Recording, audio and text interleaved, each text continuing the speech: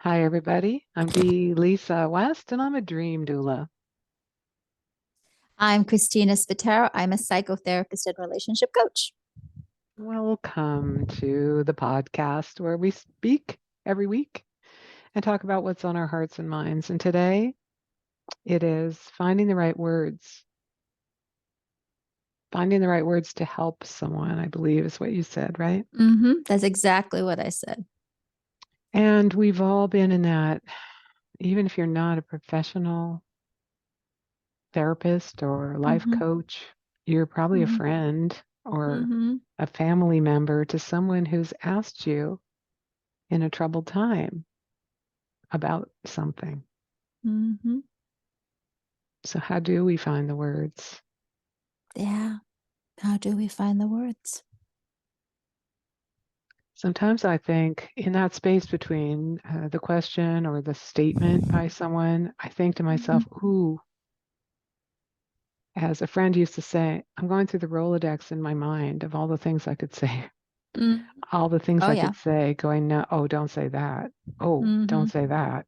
Oh, maybe I hmm could say that, but that would happen. And in an instant, you can kind of flip through all these like, should you tell him to just buck up? Buck up, Buttercup. Should you tell them to go turn themselves in? What is the situation and how can you be helpful? Because sometimes being helpful is not saying anything at all. Yeah. That's actually very wise because I've especially found when you're having people dealing with grief or Hmm. really serious things, it's like you want to find the right words, you want to say the right thing to make it better. And sometimes there's nothing you can do to make it better. Just your presence and them knowing that you love them and that you're there is really all they need. But we have, I think, this human desire to, but I want to do more. Yeah. I want to somehow make this better for them. And the hard part and the hard realization that I've had to come both as a therapist and a friend, is that sometimes I can't make it better for them because it really is just that bad. Yeah. So when someone's having and being human in this life means that Mm-hmm. sometimes stuff happens that Yeah. we don't prefer. We lose people that we love. We lose jobs that we love. We lose things that we loved. Mm-hmm. Mm-hmm. And the best thing might be to just be listened to, like you said. Mm-hmm. If someone knows that you hear them and you see them, Mm-hmm. there's some movement that has like some words like that. It's like just you Mm-hmm. if you feel like you've been seen and you Mm-hmm. feel like you've been heard, you're Mm-hmm. okay, even Mm-hmm. though stuff's happening. Mm-hmm. So how and there's something I learned years ago called compassionate listening. I learned it at the church I went to. So what is compassionate listening? You're not waiting to talk next. Mm-hmm. You're not maybe saying anything back. You're just saying, mm-hmm, and then what happened? Or, mm-hmm, tell me more about that.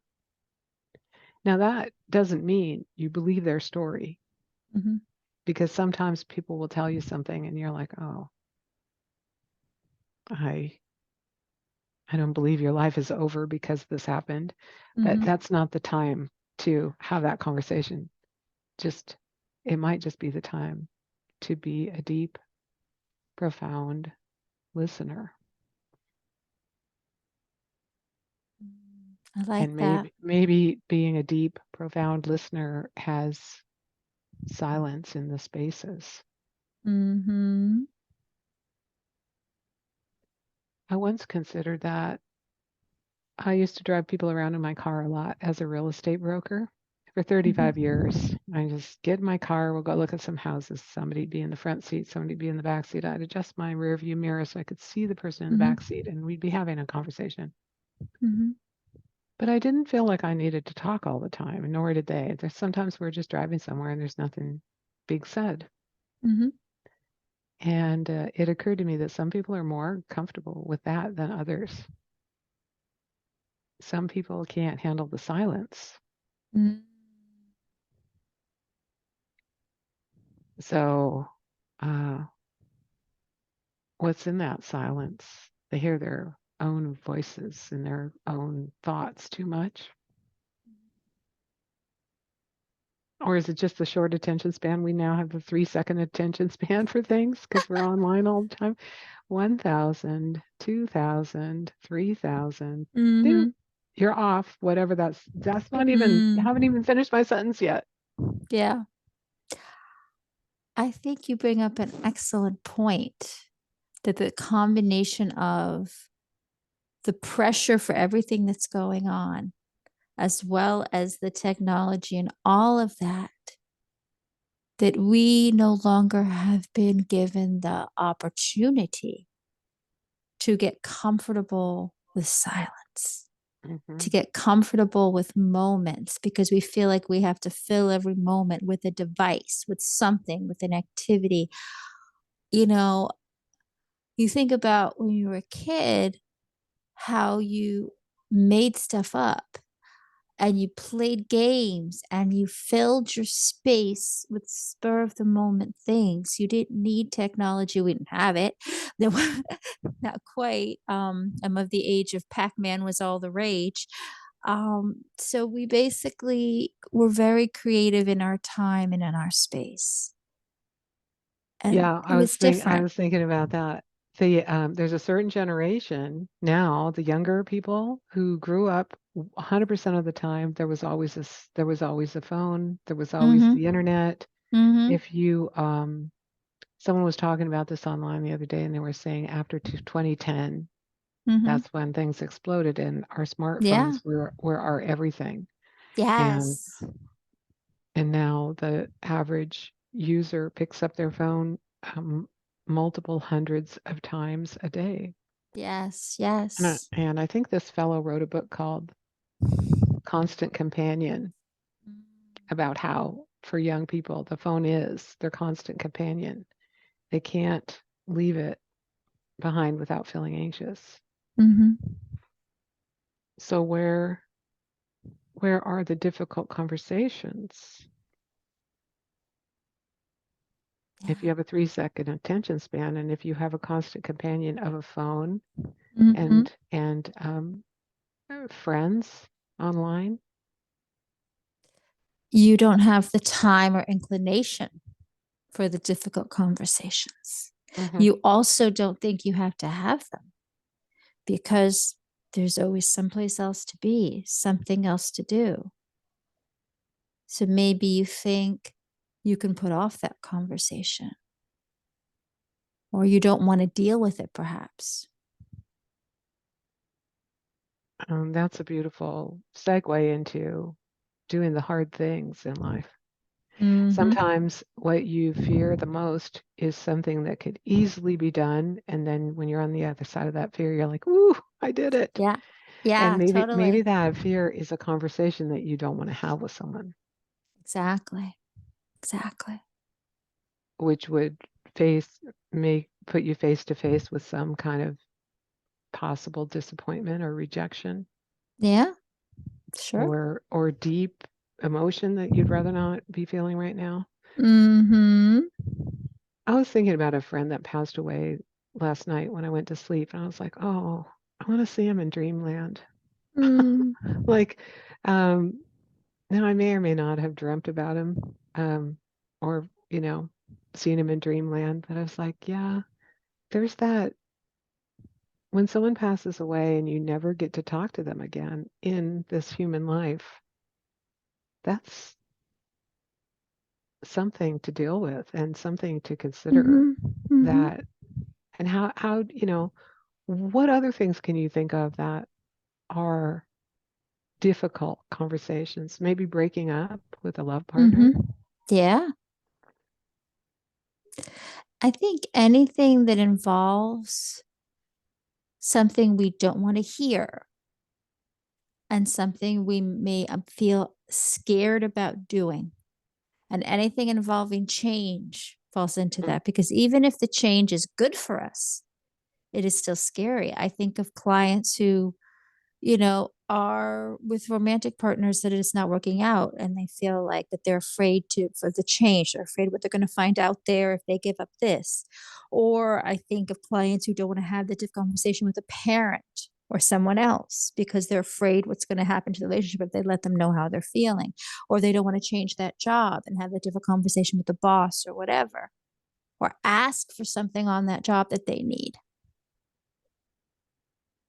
Yeah, because what if you get rejected? Or what if Yeah, what if everything goes really, really wrong? I right, mean, uh, right. and the idea that the life you have right now is safe Mm-hmm, because you know what's going to happen mm-hmm. is also untrue. We don't know what's going to happen tomorrow. We don't. We don't know what's really going to happen today. Mhm, We think we know, we have mhm, plans. Um, so to be bold, to be really bold and just go do what you need to do. mhm. What have you done lately that was frightening for you that you didn't really want to do, but you made yourself do it? Can you think of something? Something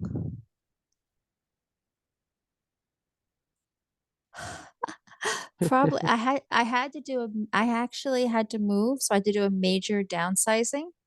Mm. So I had to dump stuff because Ooh. logistically there were things that I wasn't going to be able to take with me.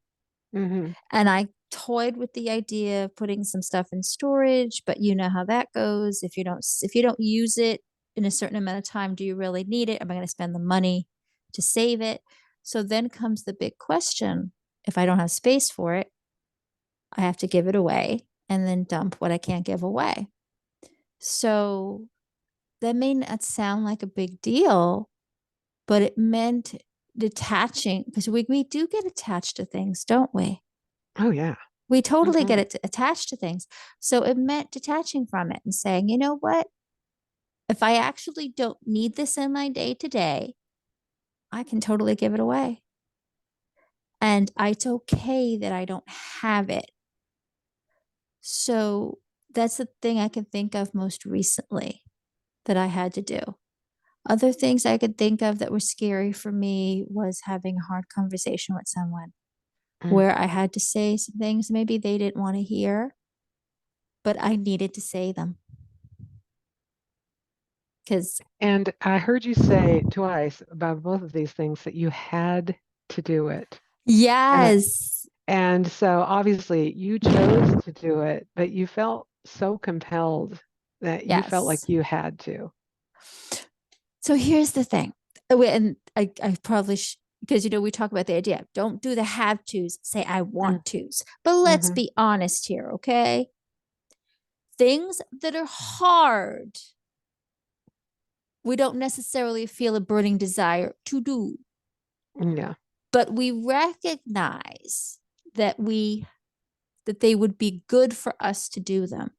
So I think the rationale behind not saying I have to is the idea that by saying I want to, it's a choice. And it is always a choice. But some choices are harder than others. So some people never make those choices. They never say the hard things in relationships. They never get rid of things that are no longer serving them. They never make those choices because they're scared. Yeah. So, but if you want to grow and you want to evolve and you want to move forward, these are things that are needed. So we're not saying you have to, you don't have a choice. You do. But understand that if you're choosing to not move forward, you're going to stay stuck where you are. Right on. Yeah. And some of the things I can think of that I chose to do, but I was terrified when I did them in the past were docking a boat. And I was terrified I would like smash into the dock or hit all the other Mm-hmm. dock. I playing my guitar in public, Mm-hmm. Mm-hmm. having an art show where people looked at my paintings and they were Mhm. for sale, I really felt so exposed, Mm. especially since it was Mhm. my creativity on the canvas. And now that I've done multiple art shows, I'm like, hey, come see my art. Mhm. Um, and yeah, the other day I played my guitar in public for the first time playing in front of strangers. Mm. Up until then, I'd only played in front of friends and uh, family. Mhm. So I'm like, oh, I don't want to. But I did it and nothing Mhm. bad happened. I Mhm. just have to say. And I can relate to your downsizing idea because I've done that multiple times in the last 10 years. I've moved from a three-bedroom house into a house I shared with a sweetheart. I moved from there into a teeny tiny 450 square foot apartment. Mhm. Um, and many of the things I used to own and love, I don't have anymore. And one by one, I remember thinking, who am I without my car? Mm. Who am I without my couch? Who am I Mhm. without my boyfriend or my job? Mhm. Mhm. Or, we say we make up this persona that includes the things we own and the people we date and the place we live and the car we might drive or not. And then is that who we are? Mhm. No. No. We're the person that's having that experience or owning those things Mhm. or living that space. And yeah, the physicality. It seems easier to say, oh, I'm sad, I'm getting rid of this thing, instead of I'm too upset to have this conversation. Mm.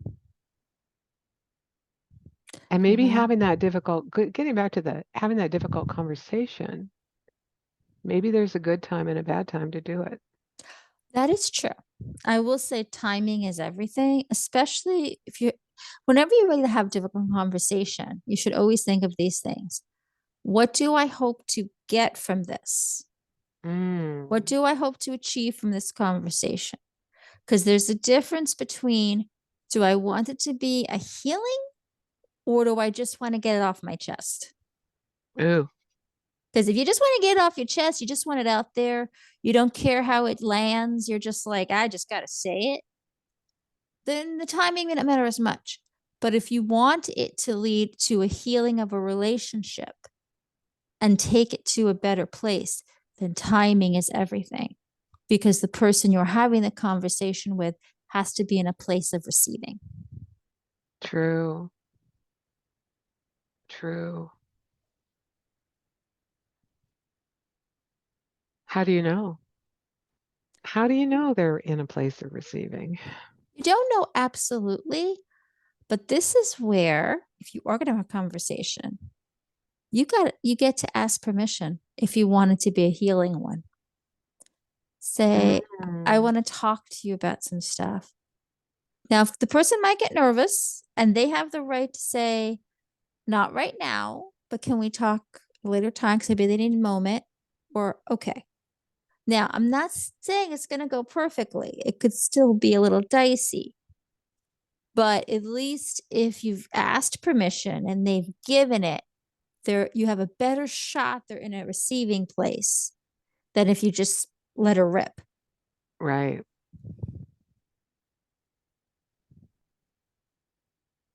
I'd like to have a conversation with you. It might be difficult. Should we talk Yes, now or later? exactly. You give them the choice. You give them the choice. Hmm. Hmm. Well, that's exactly how I broke up with my last serious man. He There you said to go. me, "We need to talk." And I was like, "Ooh, not right now. How about when I come home from work?" He's like, "Okay." The Well, minute I came home, he's like, "Let's talk." I was like, "Ooh, let me make a cup of tea first." And then I didn't know what was coming, but I knew it was something mm-hmm. difficult, so to speak. And he said, "How do you think our relationship's going?"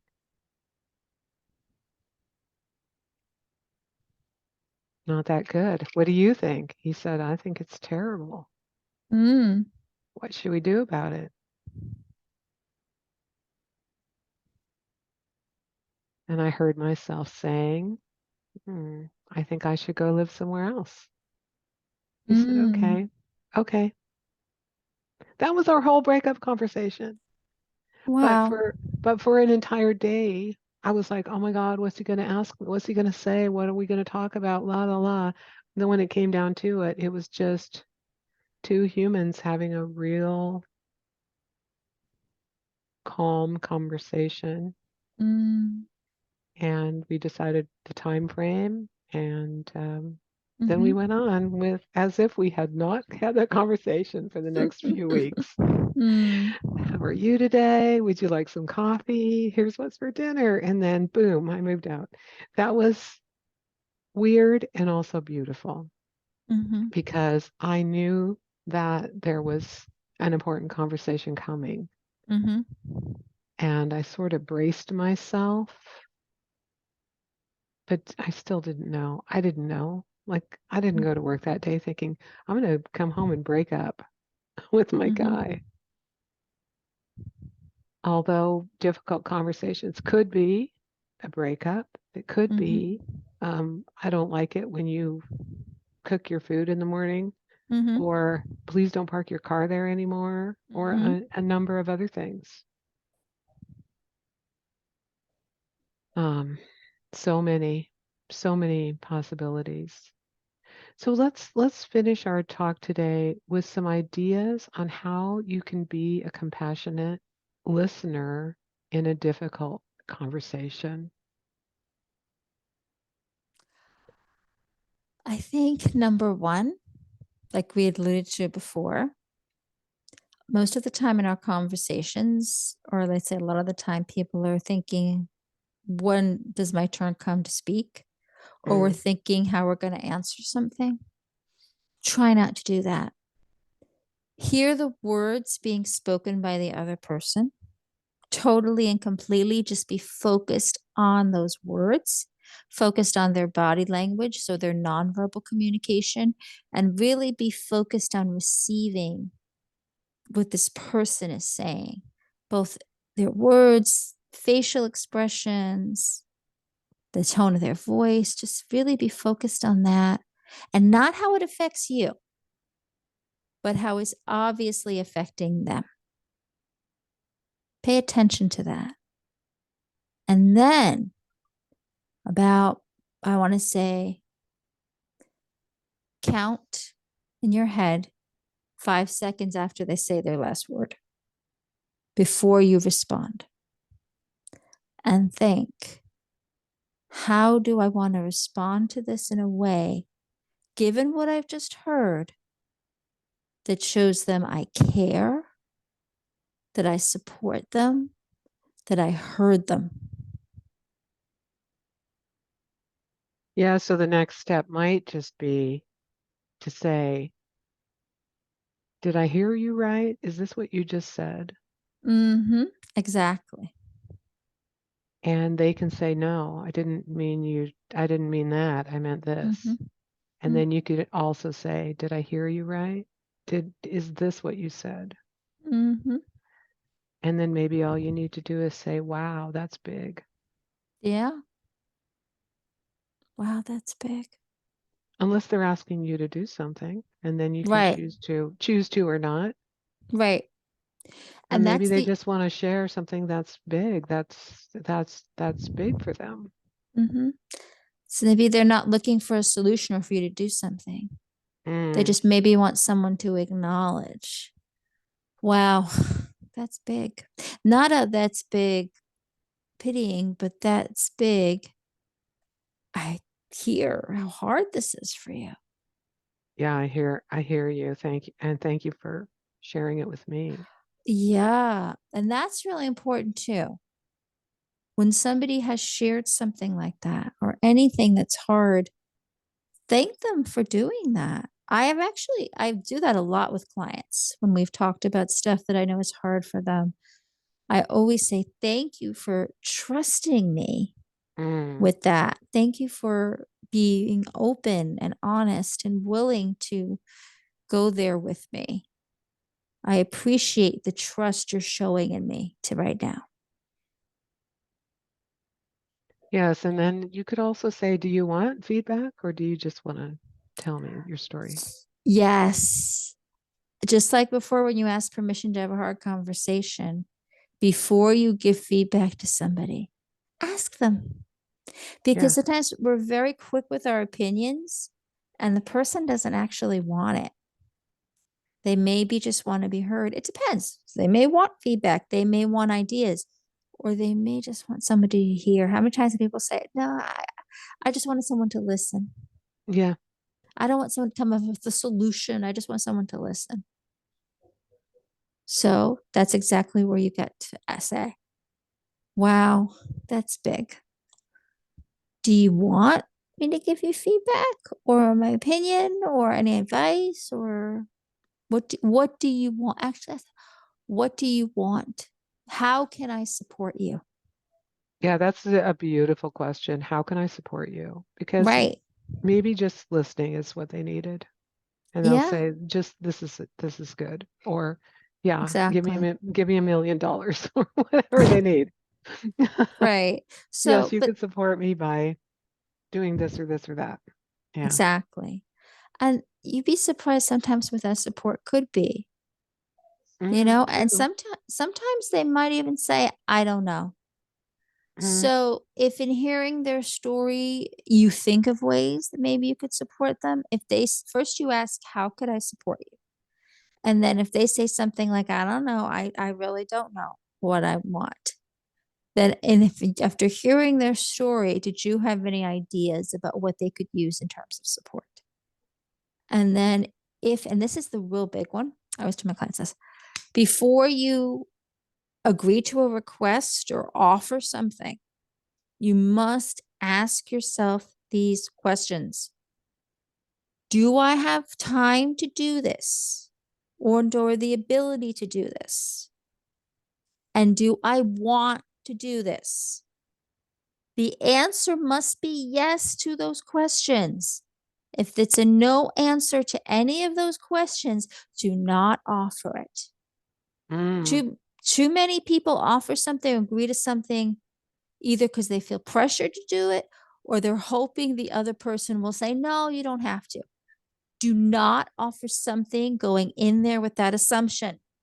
If you don't want to do it and you do not have the ability or time to do it, do not agree to it and do not offer. right on.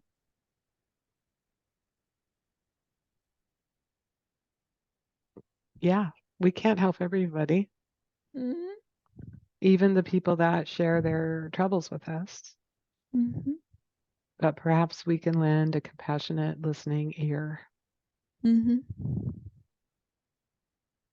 Well, thank you for this quiet, serious conversation today, Christina. I Mm-hmm. appreciate you. I And appreciate you too. hopefully a listener has been moved to be a compassionate listener Mm-hmm. to a friend in a way that will empower them both after listening to this. Sounds good. Bye, everyone. Bye for now.